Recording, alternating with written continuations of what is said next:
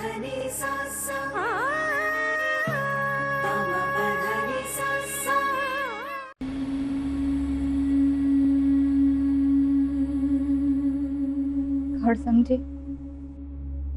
હું જાણું છું તમે મને શોધી રહ્યા છો. મને સમજાતું નથી પ્રતાપસિંહ મને ક્યાં લઈ આવ્યા છે. પણ મને ખબર છે તમે મને જલ્દી જ શોધી કાઢશો. હું તમારી રાહ જોઉં છું. તમે મને આવીને લઈ જાઓ ત્યાં સુધી આ દીવો મને તમારી હાજરીનો અનુભવ કરાવશે.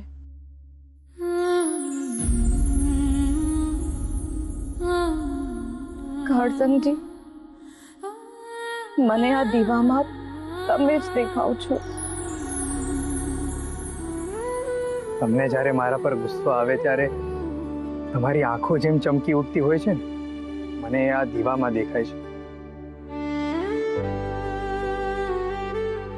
આ દીવાને જોઈને મને યાદ આવે છે કે તમે કેવી રીતે મારો જીવ બચાવ્યો હતો, અને આજે તમે મુસીબતમાં છો.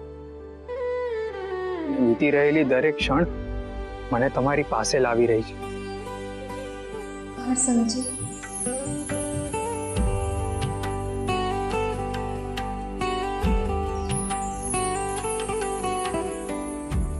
તમે પણ મને જોઈ રહ્યા છો કે મને શોધવા માટે બહુ રજૂઆત ના કરતા. અને હા, ગુસ્સાને કાબૂમાં રાખજો, કારણ કે આવી સ્થિતિમાં ધીરજ ખૂબ જ જરૂરી છે. ના, હવે મારાથી ધીરજ નહીં રખાય. હું આખા જંગલમાં આગ લગાવી દઈશ જો તમે મને ના મળ્યા. હવે મારાથી રાહ નહીં જોવાય ગંગા.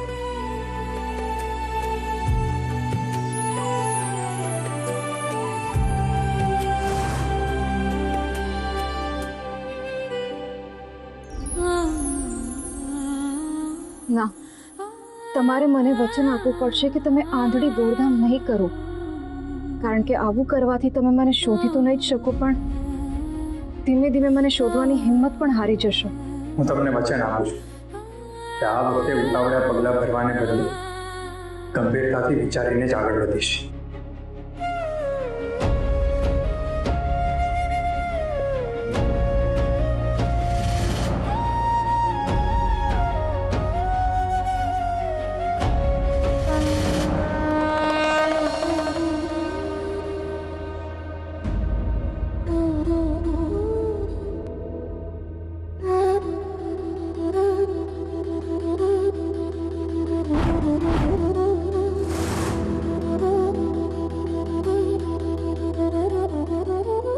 સતી, તમારી આંખનો એક પણ અશ્રુ જો ધરતી પર પડ્યો હોત ને તો ધરતી પર પ્રલય આવી જાત.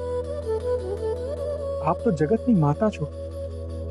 જો આપ આપની લાગણીઓ પર સંયમ નહીં રાખો તો પછી આપના બાળકોનો શું થશે?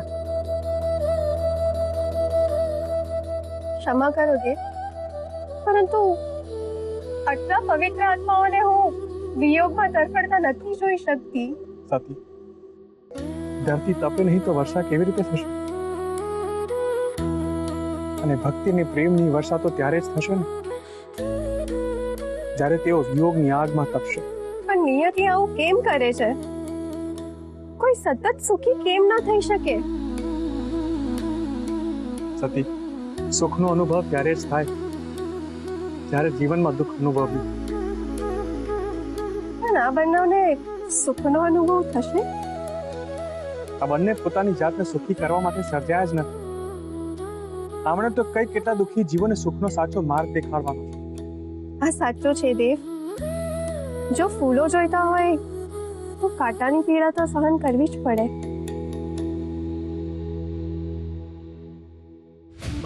મહાવીર, હું જીતતા જીતતા હારી કેમ જાઉં છું? હવે શું થયું પ્રતાપસિંહ? ગંગા હવે દીવાના માધ્યમથી ઘરસંગ સાથે વાત કરી રહી છે, અને જો ઘરસંગ આ કલંકામાં આવી પહોંચ્યો તો શું થશે? માયાવી, તમારી મદદ માંગુ છું અને તમે હસો છો. જો એ અહીંયા આવી જશે તો આખી યોજના નિષ્ફળ થઈ જશે. અરે તું શું બોલે છે એ તને સમજાય છે પ્રતાપસિંહ?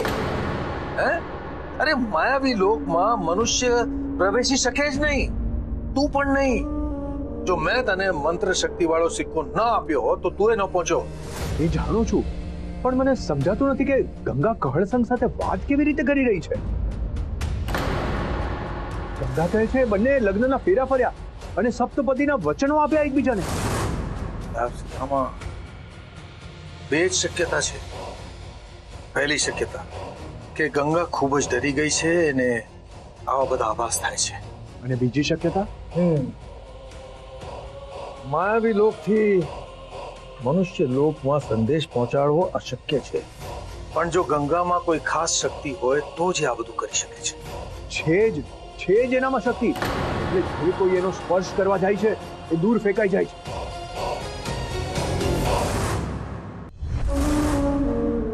વાહ કલિરાજ, વાહ.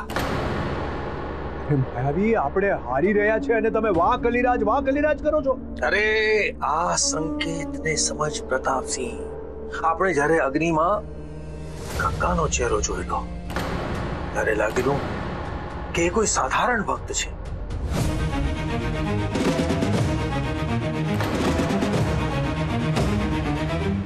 પણ જો ગંગામાં એટલી બધી શક્તિ છે કે માયાવી લોકનું આવરણ ભેદી શકે છે, વિચાર કર કે એ કૃષ્ણ ભક્તની યોજના મુજબ ત્રણેય ભેગા થઈ ગયા. કેટલી બધી શક્તિ એકઠી થઈ શકે છે. એ જ વાતનો તો ડર છે મને માયાવી. આપણે એ ત્રણમાંના એકને જો કાબુમાં રાખીશું તો એ કૃષ્ણ ભક્ત સફળ નહીં થાય. પછી ગંગા પર કાબુ કેવી રીતે કરશું? એને તો સ્પર્શ કરી શકાય એવું પણ નથી. કંઈક કરો માયાવી, કંઈક કરો.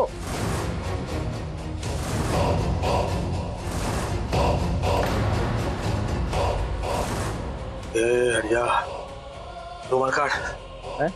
અરે રૂમાલ કાઢ જલ્દી. ખોલ ખોલ ખોલ.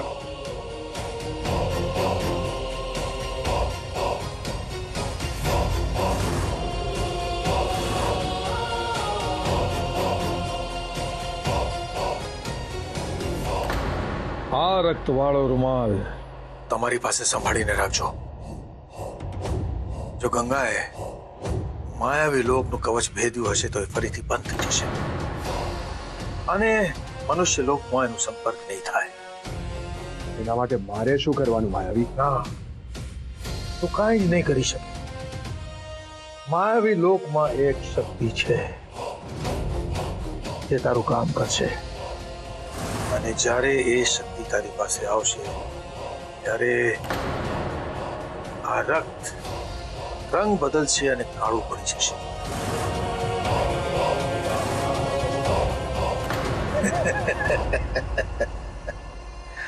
કણ કણ માં કલી, કણ કણ માં કલી.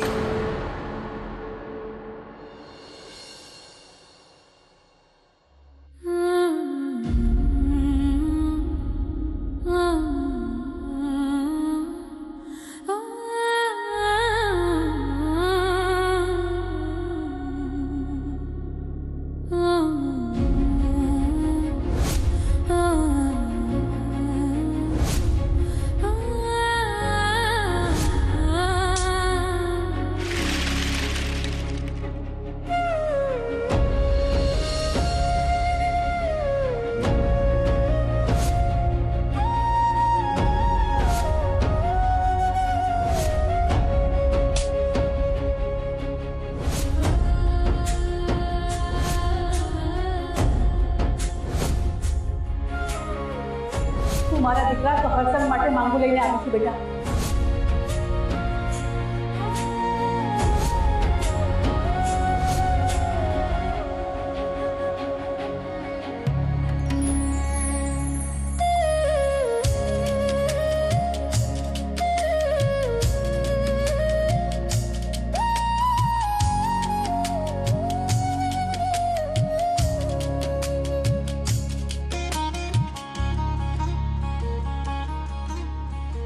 બાપુ, ગંગાબેન માની યાદ આવે છે.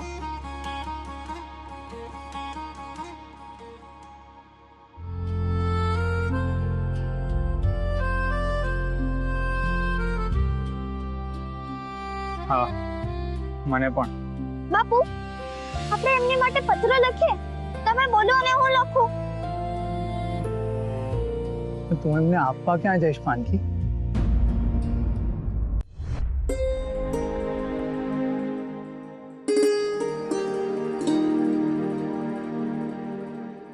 બાપુ તમને ખબર છે જેમ રામાયણમાં સીતા માતાનું હરણ રાવણે કરેલું ત્યારે પ્રભુ શ્રીરામ આમ જ હતાશ થઈ ગયા હતા.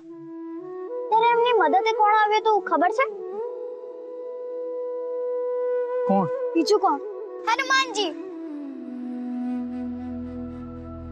હમણાં પ્રતાપસિંહ છે રાવણ, ગંગાબેનમાં સીતામાં, તમે રામજી અને હું કોણ? બાળ હનુમાન.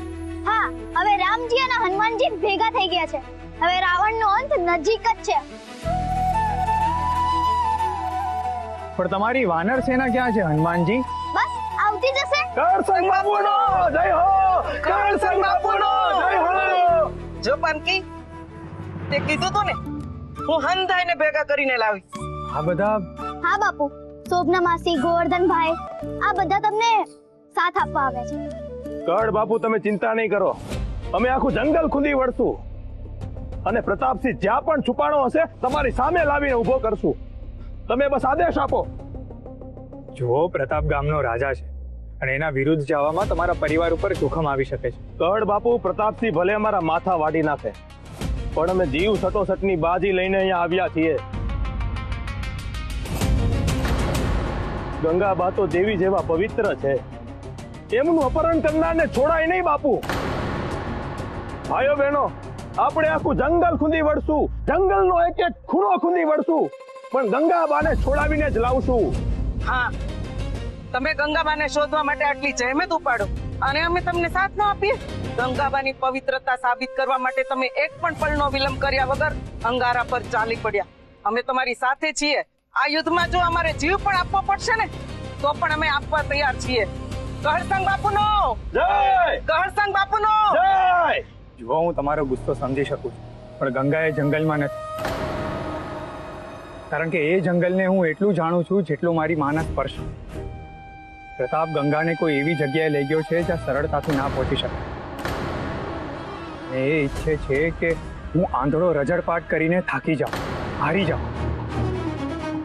પણ મેં ગંગાને વચન આપ્યું છે કે આ વખતે શક્તિનો નહીં પણ ભક્તિનો પણ સાથ લઈશ. ભક્તિ? હા, તે જ કહ્યું હતું કે પ્રભુ શ્રી રામને હનુમાનજીએ સહાય કરી હતી અને આ કહળસંગને પણ હનુમાનજી જ મદદ કરશે.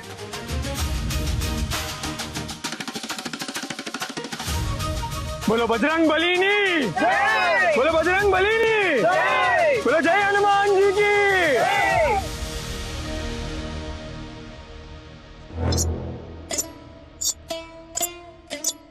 વાહ, તમને શું લાગે માયાવીના લોહીના ટીપાથી કઈ થશે દ્વારકાધીને? માયાવીએ કીધું છે તો થશે જ ને.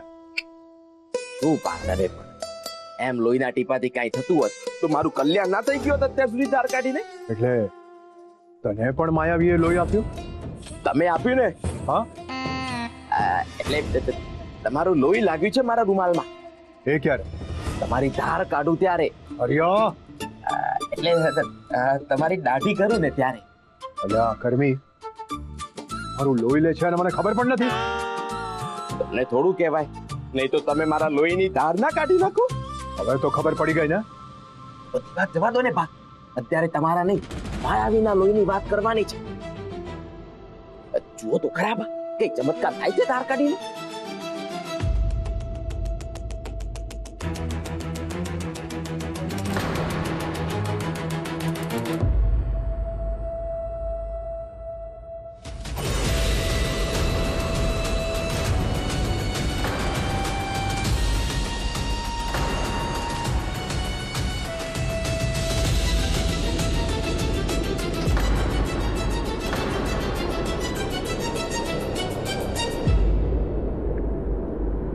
બા, લોહી કાળું થઈ ગયું, મને બહુ ડર લાગે છે. હાલો અહીંથી ભાગી છૂટીએ ધાર કાઢીને. હાલો. ભાગી જઈશું તો માયાવીએ કીધેલી શક્તિ આપણી પાસે કેવી રીતે આવે?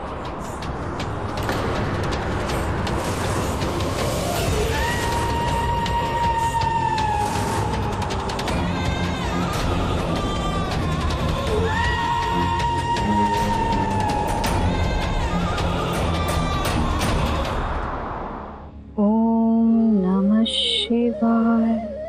ઓમ નમઃ શિવાય. ગંગા,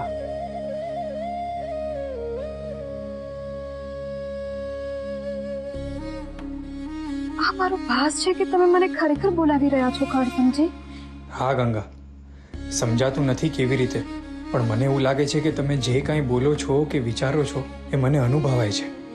હા હા, મને પણ તમે શું બોલો છો એ સંભળાય છે. તો આજે હું તમને કહેવા માંગુ છું કે તમે ભક્તિમાં માનો છો, અને તમે શક્તિમાં. પણ તમે જ્યાં છો ત્યાંથી નીકળવા માટે આપણે સાથે મળીને પ્રયત્ન કરવો પડશે. હા, હું જાણું છું તમે તમારા બધા જ પ્રયાસો કરી જ રહ્યા છો. હા ગંગા, પણ તમારી ભક્તિ અને મારી શક્તિ પણ પ્રતાપને રોકી શકી નહીં. તો હવે એક નવો માર્ગ અજમાવી જોઈએ. ઓ માર, હા, તમે શક્તિનો માર્ગ. અને તમે ભક્તિનો માર્ગ. એકદમ બરાબર. કારણ કે ઈશ્વર પણ એની જ મદદ કરે છે જે પોતાની લડાઈ જાતે લડે છે. એટલે હું પણ તમારી જેમ હાથમાં તલવાર ઉઠાવું એમ? ના, વાત એમ નથી, પણ જો તમારા અને મારા સહિયારા પ્રયાસ હશે તો ફળ જલ્દી મળશે. એટલે હું અહીંથી નીકળવાનો જાતે જ પ્રયાસ કરું એવું તમે કહેવા માંગો છો કરસનજી? હા, અને હું તમારી આસપાસ જ છું. હવે જોઈએ તમારી શક્તિ અને મારી ભક્તિનું સંયોજન શું પરિણામ લાવે છે.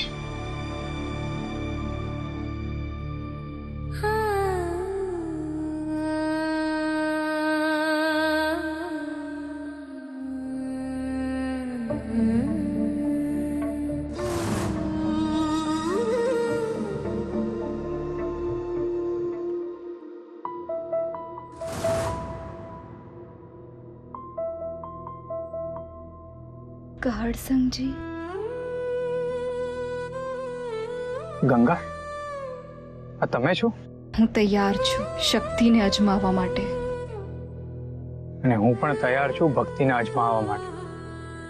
ગંગા, હું આ દીવા પાસે તમારા દરેક જવાબ અનુભવી શકું છું. હું જ્યારે તમને શોધવા નીકળું ત્યાં આ દીવાને દરેક જગ્યાએ મારી સાથે કેવી રીતે રાખી શકું? આ દીવો તો માત્ર પ્રકાશ છે. આપણી આત્માની અંદર રહેલ ચેતનાનું, જો આપણા બંનેની ચેતના જોડાઈ જાય તો એ પણ દીવાનું જ કામ કરશે. પછી ભલે ને આપણે બંને ક્યાંય પણ હોઈએ. પણ મારા માટે આ આત્મા અને ભક્તિ બંને નવા છે. શું તમે મારું માર્ગદર્શન કરશો?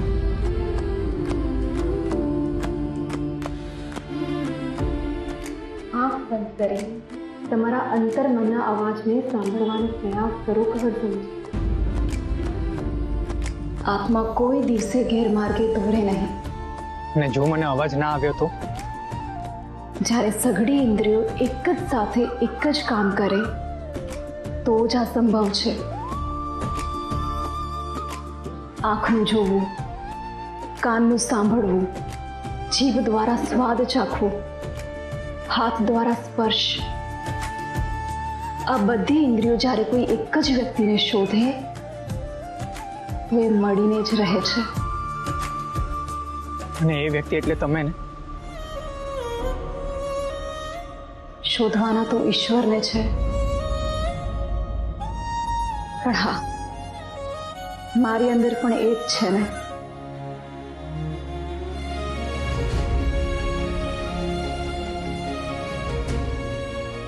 સમજી ગયો. હવે હું એ જંગલમાં આવીશ જ્યાંથી પ્રતાપે તમારું હરણ કર્યું હતું. ત્યાં તમે મારું માર્ગદર્શન કરજો. તમારું માર્ગદર્શન કરવા માટે તમારી સાથીદાર હાજર જ છે. એટલે તમે પાછળ જુઓ.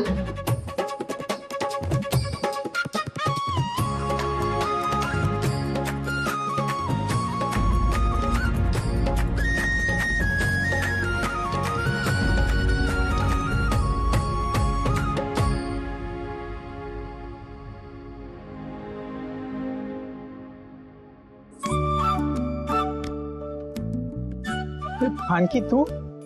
અને આ ગદા ક્યાંથી લાવી? ગામના એક પૂજારી બાપુએ આપી છે બાપુ. અને કહ્યું છે જંગલમાં કોઈ પણ જગ્યાએ ભોયરું હોય ને તો આ ગધાનો એક જ પ્રહાર મોટા પહાડને પણ તોડી શકે છે. ચાલો ગંગાબેન મને લેવા.